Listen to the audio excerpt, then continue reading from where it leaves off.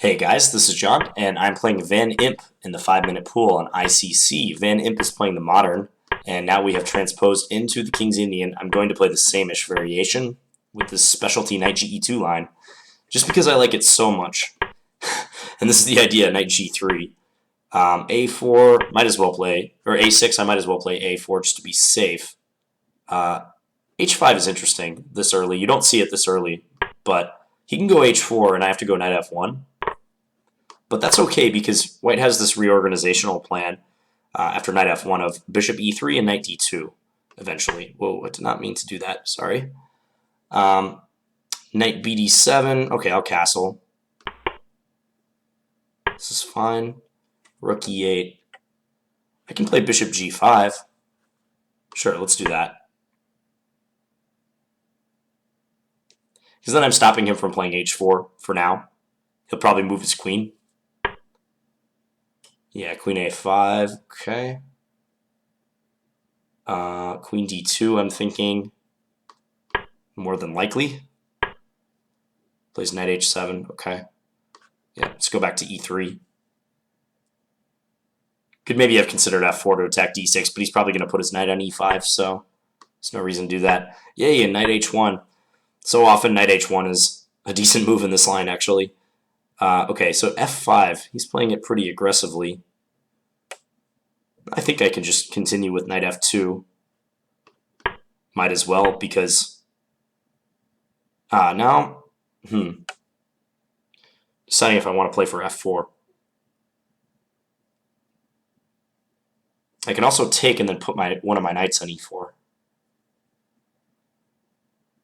Don't know if I like that so much, though. F4, is he going to play Knight G4? And do I care if he does? I think I'll go King H1. This is just a useful... Well, King H1, he might play Queen B4 and threaten Knight C4. That's an annoying thing they can do, oftentimes. Maybe I should take on F5, and when he takes with the bishop, play F4. That could be good. Kick him back. Because I'm worried about Queen B4. I don't want him to play Queen B4 and have this Knight C4 idea coming so quickly.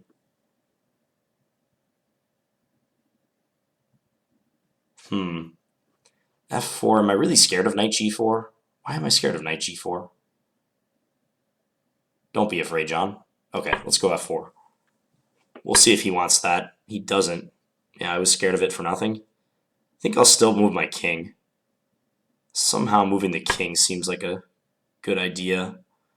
Because just in the future, I don't want the e-file to open up and him having like rook takes e3, funny business, making my life miserable. I'm thinking take on f5 now. Especially now. Let's see which way he takes. I bet he takes with the pawn. Yeah, and maybe now rook g1. And try to play for g3 to attack him down the file. Remind him that I can actually create threats of my own. So far, I've just been reacting to his threats for the most part.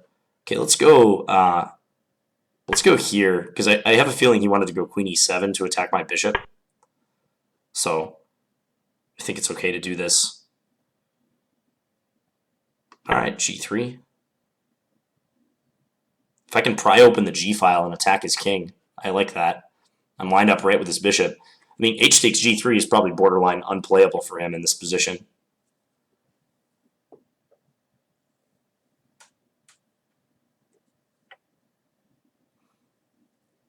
Yeah, I don't think he can do that. I take with my rook, leading right towards his king. Wow, I'm surprised he did that. This just seems mega dangerous, doesn't it? All right, I'll double. Bishop h6, I guess he's going to play. Bishop h6, rook g6.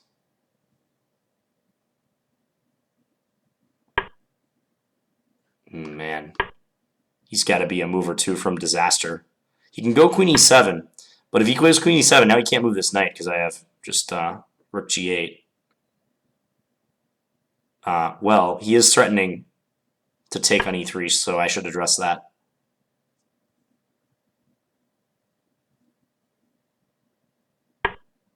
b5. He's going for broke. Guess not completely surprising. So what's going on? A, bishop takes, knight takes, rook check, king g2. It's nothing, right? Let's do it.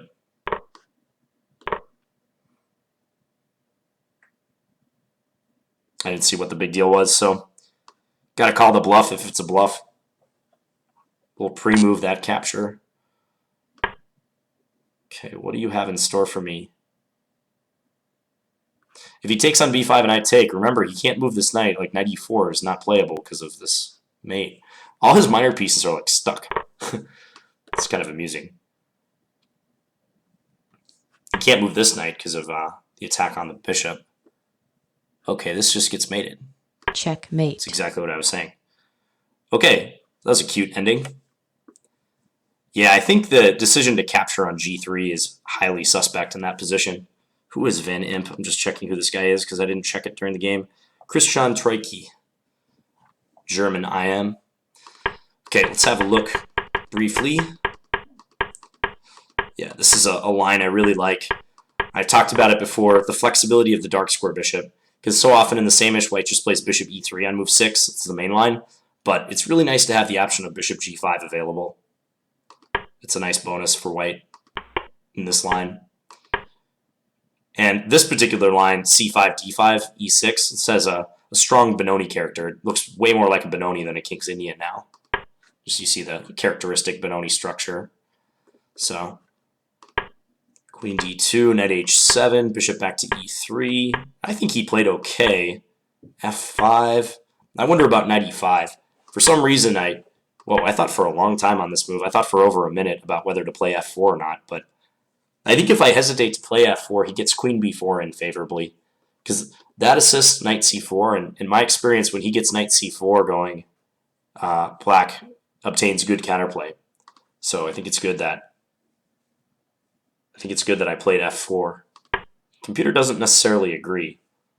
Huh. So it actually says queen c2. But what happens if this? Knight a2? Okay. I guess that's the point of queen c2, so we get out of the diagonal, so you can't play queen takes d2 when I move my knight. It's kind of sophisticated. I don't know if I would have come up with that. a5 is also interesting, trying to enable rook a4. So if something like this, yeah, just take it, and then we trap the queen. Yeah, it's a little sophisticated. Although that's an idea worth remembering. I'll have to put that in my Samisch memory bank. Nevertheless, I just played f4 immediately. He went back. King h1. Looks like taking on e4 is decent for him in this position. And then bishop f5. And he gets good play. Yeah, I was wondering if he could play to double up his rooks on the e-file instead of doing that whole queen d8 to e7 idea he did, because then his other rook is unemployed. Okay, so that's probably why my sequence here with f4 and especially king h1 was not so good. He could have played that better, so take. Yeah, I'm borrowing an idea from a different line in this knight ge2 Samisch. If you look on my games with Martin del Campo, I had 2 Blitz games I played with this guy, Martin del Campo, in the King's Indian Samisch, knight ge2. We had a theoretical battle in both games, same line, where one of the principal options for white is doing this whole king h1, rook g1, pawn g3 idea. So that's why I did it.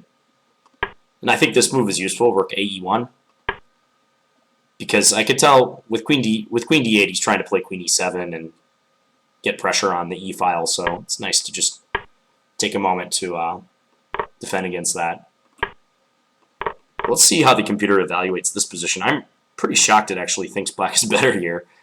I guess I'm missing something because I thought this was great, the pressure against his bishop.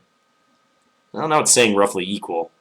Knight h6, I guess trying to clog the position with knight g4, and then h3. just eyeballing the position, this looks easier to play for white. But I could see why, if he defends this bishop after I go rook eg1, he's probably doing okay. Because my minor pieces are not the greatest either. I might have some trouble getting them into the right positions to attack. Yeah, like rook e7, rook eg1. Where do I go from here? It might be difficult to figure out. But I was very glad to see him playing like king f8 here and then bishop h6, because now I think after rook g6, he's in big trouble. He's effectively frozen. Queen e7. Oh, wow. Knight ce4. That is a cool idea. I think I see the point of that. So if take, then queen c3, and you go after the knight. You've cleared the c3 square. Ooh, that would have been a nice combination. Because again, this exploits the fact that he can't play knight takes e4 because of the rook g8 mate threat. So we're trying to attack that piece that is so necessary to his defense.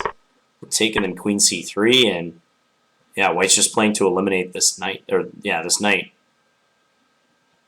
After which, black should be dead. That's beautiful. Knight ce4. I wonder for how many moves that was available. Okay, so now it's not going to work as well, probably because of b4, I assume. Yeah, b4, and I would have to take with the queen here and just trade. Not as good. So here I just took the pawn and then did this. Check. Yeah, and he just blundered the game away in one move. But, as you can see, it's difficult for him. He just really can't even make a move.